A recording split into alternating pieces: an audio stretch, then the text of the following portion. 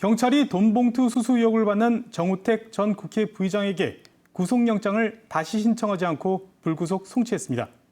정 전 부의장이 MBC 충북 보도를 가짜뉴스라고 말했던 기자회견에 대해서도 공직선거법상 허위사실 공표 혐의가 적용됐습니다. 정 전 부회장과 같은 국민의힘 소속으로 공천 경쟁을 벌인 정치인도 송치했습니다. 김은초 기자가 보도합니다. 경찰이 정우택 전 국회 부의장을 검찰에 넘겼습니다. 지난달 구속영장이 기각됐는데 영장을 다시 신청하지 않고 불구속 송치한 겁니다. 경찰이 적용한 혐의는 뇌물수수와 알선수재, 정치자금법 위반 등입니다.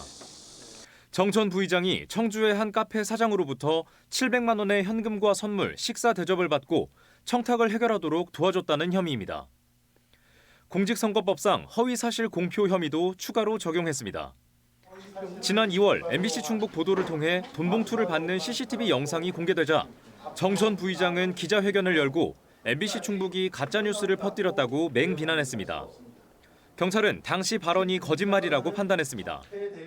불법 정치자금에 제가 단호히 거절했고 즉시 그 자리에서 돌려줬고 또 적법하게 후원금을 받아서 이런 마타도와 이 나쁜 가짜뉴스는 이거는 우리 청주에서는 이제 사라져야 된다.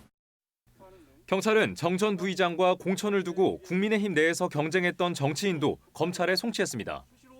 당시 카페 사장은 정 전 부의장에게 뇌물을 줬다고 자수하면서 변호인을 통해 기자회견을 했는데 경찰은 카페 사장의 휴대전화 등에서 변호사비 대납을 요구한 녹음 파일을 압수한 걸로 전해졌습니다.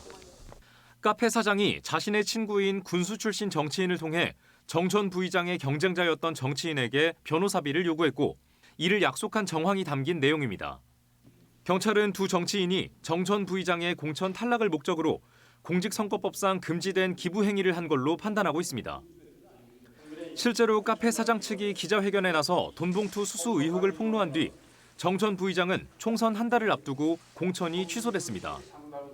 의뢰인이 정우택 의원과 보좌관에게 준 돈 중에 지금까지 돌려받은 것은 한 푼도 없습니다. 또 후원금 계좌를 문자로 보내와가지고 후원금 좀 해라 해서 그냥 했다고 합니다.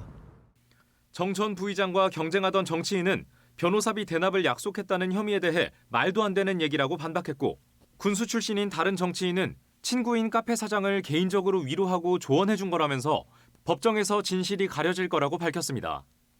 한편 정 전 부의장이 관련 사실을 보도한 MBC 충북과 충북인뉴스 기자를 명예훼손 등으로 고소한 사건과 관련해 경찰 관계자는 정 전 부의장에게 무고 혐의를 추가로 적용하는 방안도 검토하고 있다고 밝혔습니다. MBC 뉴스 김은초입니다.